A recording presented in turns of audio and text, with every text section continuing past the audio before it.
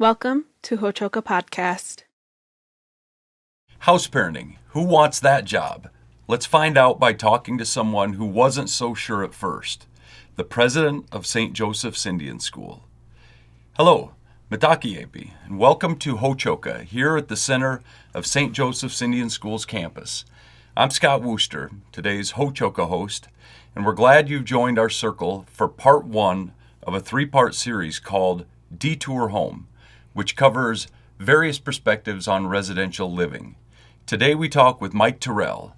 Tyrell is the president of St. Joseph's Indian School and author of the recently published Detour Home, whose name we steal for this series. The novel is a series of fictional stories sewn together to tell a more significant tale. It's loosely based on his experience as a young man who moved with his wife to St. Joe's Indian School to become a house parent. Like the other two parts in this series, it explores the true meaning of the residential setting as a crucible for growth and relationship. So Mike, thank you for being with us today. Scott, I'm honored to be part of Hochoka. It's a great thing you're doing with the podcast here on the campus of St. Joe's, so glad to be here. Wopila, it's good to have you here as well. So you and I have been around this place for quite a while now. What year did you arrive here at St. Joe's? So my wife and I came here in 1985, and we were house parents for 3 years. Okay. And then might as well go into the rest of my history at St. Joe's. Give me the story. From that point on, then I was part of the administration. We started out in human resources, and from there, then got into residential administration. So I've been part of the administration since the early 90s. Yeah. And then in 2013, I think it was 2014 actually, I was actually named the president of St. Joseph's Indian School. Right. So I was honored bestowed that honor, and I'm still president today. Yeah, exactly. You've made a go of this thing here at St. Joe's and been around here for a while and stayed in that same capacity, in the same role for quite a while now. But the first pages of your book, Detour Home, show little promise of maybe ending up making a almost 40-year career out of it. You note that when you came out here, you felt like you were on your own a little bit, uncertain if you should be here. And I think there's so many of us that come here to work at St. Joe's that do go through that same experience. What would you say to the folks that come here and feel that way, based on your experience? In my experience over the years, as we started out as house parents, and I've seen it over my time in administration, I think there's an initial rush when you come here of this place is perfect, mm-hmm. Everything will go well, this is going to be a cakewalk and that type of thing. And I always felt, particularly with the house parenting, about the second or third month, really the honeymoon kind of ends, and the reality of kids don't really know you, you don't know them, difference in background, difference in perspectives, difference of life experiences kind of come to a head. And I think there's a period there where one does feel like, oh boy, did I get in over my head? And I think when that happens, the key is to do a couple things. Number one, I think you can seek out the help of other individuals, mm-hmm. hear what other individuals have gone through, because it's not unique just to one person. And secondly, I think there's an opportunity there to look inward to say, why am I here? Mm-hmm. What was my motivation for coming to St. Joe's? And I do think as you go through those periods, I think the first 6 months of house parenting can be tough. That first year can be tough, but the payoff is unbelievable. And so what I try and say to people is always try and get through that first year, get past that first break. The kids seem to accept you as mm-hmm. you come back. Get through that first year. Get through that cycle of St. Joe's, which it really goes kind of on a yearly basis. And afterwards, the payoff is unbelievable. Year two is unbelievable as a house parent. Yeah. Because the kids know you and you know them. Yeah. So the promise that you experience when you first get here does exist. It just gets kind of muddied. The view of it gets muddied for a little bit. Right. And I think, right, exactly. And I think in the book, that is, I try to extrapolate that and show that there was that time of a little bit of uncertainty. But even with Kim and I, just moving from the big city to rural America, that was a personal part of the story that was like, oh boy, we're in over our heads at times. But look where we are 37 years later with a little introspection. Life couldn't have been any better. Exactly, truly. And I'm going to back up just a step, because you told me what you do here, what your role was here, but what on earth prompted you and Kim to come here in the first place back in 1985? I think everybody's looking for, that lightning bolt hit us and we said, we got to get out to Chamberlain, South Dakota. But it was a little more of kind of, we were at a point in life where we said, we don't have any children now. Our jobs are fine and we'll probably do them forever. I was in the brokerage business. Mm-hmm. Kim was in retail.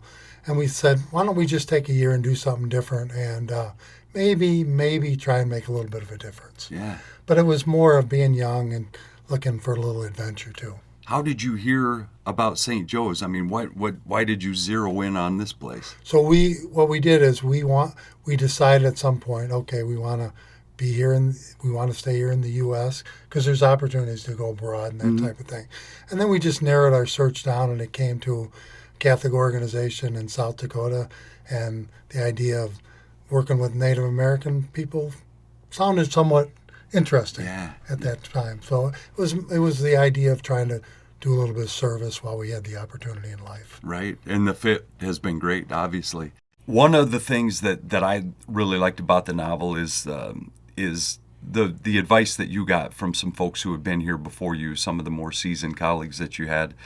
One thing somebody said to you, and I can't remember who it was from my reading of the book, but they said, these kids don't want to be labeled. I believe you said labels are when you don't know somebody. They want you to get to know them personally and be treated as individuals. And if you're respectful and honest with them, they will eventually respect you as well. Why is that important advice for you as you got it, for them to pass to you and then for you to pass on? The reason I think that is important is because you want to know, I think anytime you work with youth and children or people in general, it doesn't hurt to have a little bit of background, but sometimes there's this fear that you can take it too far and you can take those labels and then somehow treat somebody differently because of a label or a connotation you put upon some information you heard.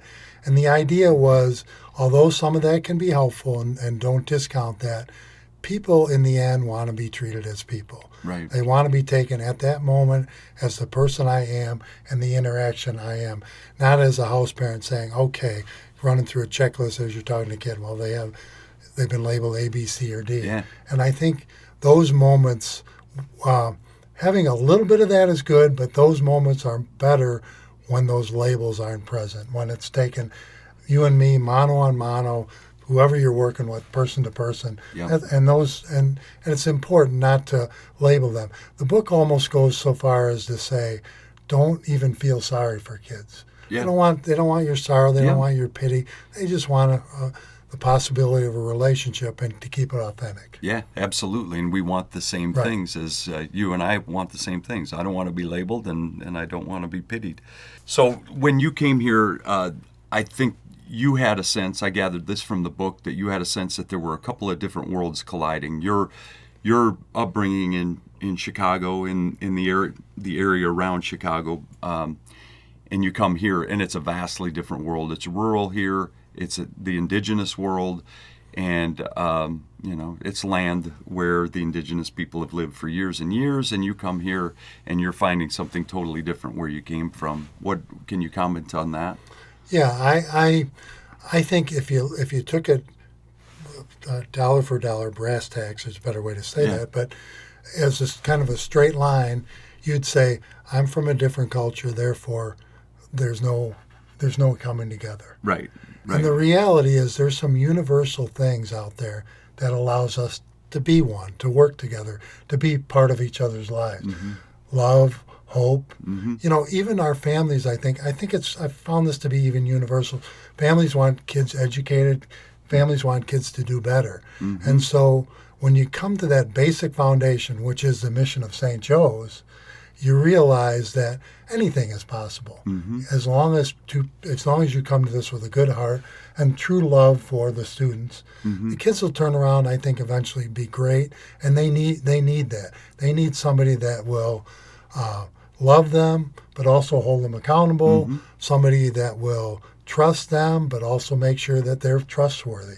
And kids look for that and thrive on that. And I think those traits are universal. And I think once you get in the universality of those things, and they're universal and they're real, wonderful things can happen when cultures come together. Yeah. So it's less about two different cultures and more of sharing of culture, being present with each other, being helpful to each other in a situation where one needs help. One of the biggest parts and the toughest part of the book was kind of latter chapter in there, but it was more about the kids propping up and helping the house parents than it was the house parents doing anything for the students. So again, I don't want to give the book away, but really you do draw from each other with those universal traits, and then the culture is just cream on the crop to understand and know about our kids' culture, and then for them even to understand. I think the book even highlights this a little bit at the end. The kids even understanding, well, there's a different culture in Chicago. There's a different way of living there, and instead of being afraid of it, almost sharing it and enjoying it and participating in it. Yep. And you may not get that right when you come to school here, but over time you're going to get that as defenses start to drop and you get to know each other. So this book, Detour Home, is actually, I asked you about this after I read it too. I said, this is every item in this book is true, and you said, well, it's semi-fictional. It's based on our experience that we had here and some other collected experiences, and then some imaginings of how this would look to other people to make it more universal. But you also talked about a turning point, almost the second act, and you've said this a little bit, but there was a shift. And you said it's not really a linear experience in the way it's going to work, but it's almost like a shift or an experience that you have in the chante or the heart, right? Right. Yeah. Right. And I think you, as we talk, there's a universal theme approaching it, and it's kind of that hanging in there. But I think there's a sense that the linear part of that sentence is about, if I do A, B, C, D, E, and F, the kids are going to like me A, B, C, and that's not the way it ever works. Right. And it's really about emotion, it's about love, it's about heart. Right. And when you break that sentence down, I think we want to just say, I'll go through all the paces and I'll be fine. Yeah. And there's going to be ups and downs. And the book, I think, highlights that. Things get a little better and then they get a little worse. Things with the students, things are really going well, and then we have some setbacks. And so life gets in the way. So that's just kind of a reminder that as much as we plot it out in our heads that it's just going to be this simple, straightforward thing, it's not. And the best part of the job, when you look back over time, was the emotional parts, the things that came up, the things that threw you for a wrench. Yeah. The kids that probably had the toughest times and you had the toughest times with, and then end up having the best relationship long term. Yeah, absolutely.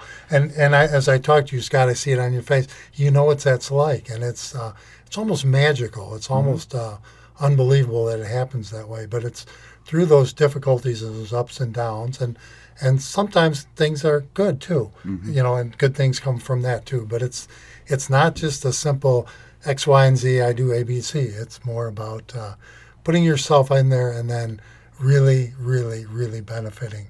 And the end of the book really talks about, in the end, you give a little, receive a lot. Yeah. You teach a little and learn a heck of a lot. Yeah, you do. So that's kind of our motto here at St. Joe's, and it plays out every day here. Yeah, it's almost it strikes me as funny that I went through the process, and all the new staff continue to. I think our orientation period when you come in as a new staff now shakes out to be 12 days, and then it's continued throughout the year.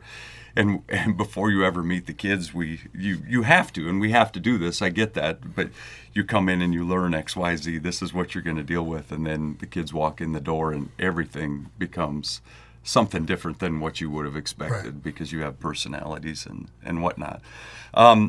So kids this is how intimate this is, and you alluded to this too, but you get to know the kids.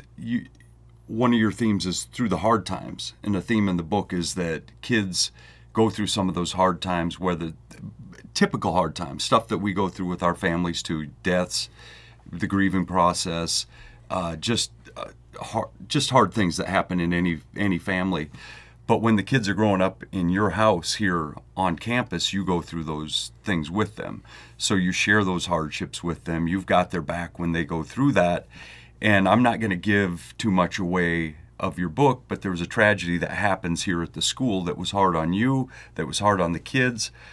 And you talked a little bit about the grieving and what their responses to you meant to you as you went through some of that yourself. Can you talk about that a little bit? Yeah.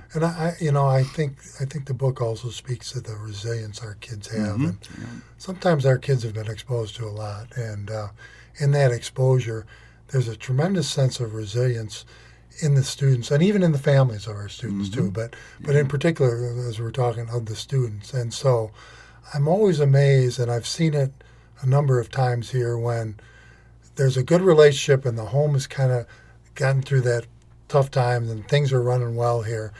Those students can almost supply the staff as much of a comfort and taking care of them in difficult times. So the book highlights a more of even a greater tragedy here on campus, but because of that resilience, the kids are able to demonstrate that sense of helping out, that sense of pitching in, that sometimes amazes me that they do that. And sometimes as staff, we draw upon that in a way that helps us get through tough times. And so the book kind of highlights that with a situation that happened here on campus. Yeah. I always say, after 30 years of being here, I work with 7th through 12th grade boys, and I feel like we get to know each other well enough to where they know me well enough that they trust me that I would help their family in any way that they can, any way that I can, but that's reciprocated too. Right. Because I know there are kids and their families who would do anything for me, and not just me, but my wife, my kids, my Takoja, my grandkids, all those kinds of things. And it's a really, truly amazing symbiotic relationship that you point out in Detour Home, which is great. So I just want to say thank you for being here today in Ho-Chokeh. It was good to have you here for this conversation, but also thank you for writing this book, because I enjoyed it. It impacted me, and I think anybody who reads it is going to enjoy the stories in there. But as a blueprint almost for the folks that come to work here, it's a way to see that there's a path that's been created, and that's a nice thing. So I don't know if you want to, can you hold that up to the camera just so folks can see it? And I'd say as a fledgling author, which I truly am, you're always worried that you put something on paper and it's either not going to make sense or not going to be understood like you hope. And my hope is that people just get a greater sense of what St. Joe's is all about here. Because we truly have a mission that I think impacts lives in a very good way. And so my blessing, therefore, is carried forward by trying to pass that book along to others that hopefully can share in that understanding of the importance of our work and the blessing of our work. It's nice to be able to share your story, too. Sure. Absolutely. So that book, Detour Home, is available now? Yeah, it's available now. It's available on a bunch of different mediums. So. Okay, Amazon or wherever folks get their books. One thing about getting old is your technology is whatever, but it's on Amazon, some of those things. So it's out there somewhere. Yeah. So just if you could Google it, you'll find it. Yeah, exactly. We can't tell you where to find it, but we know that you all know where to find your books, so we won't worry about that too much. And there's been some rumors that it may be an audiobook at some point too. We're hoping for that maybe. Yeah, I think there's an audience out there that anymore does a lot of things audio-wise, and I've asked a few people this: when you read it, can you hear it? And they've encouraged me to, hey, maybe you should look at making an audiobook because it speaks well and it speaks volumes about the work and things we do. Fantastic. Thank you for your talk. I appreciate it, Mike. Thank you, Scott. I appreciate your work here at Ho-Chokeh. Absolutely. Thank you. And thank you to our viewers and the folks who joined us today here in Hochoka at the center of St. Joseph's Indian School's campus, where we talk about issues that are central to Native American education today. So until next time, stay centered.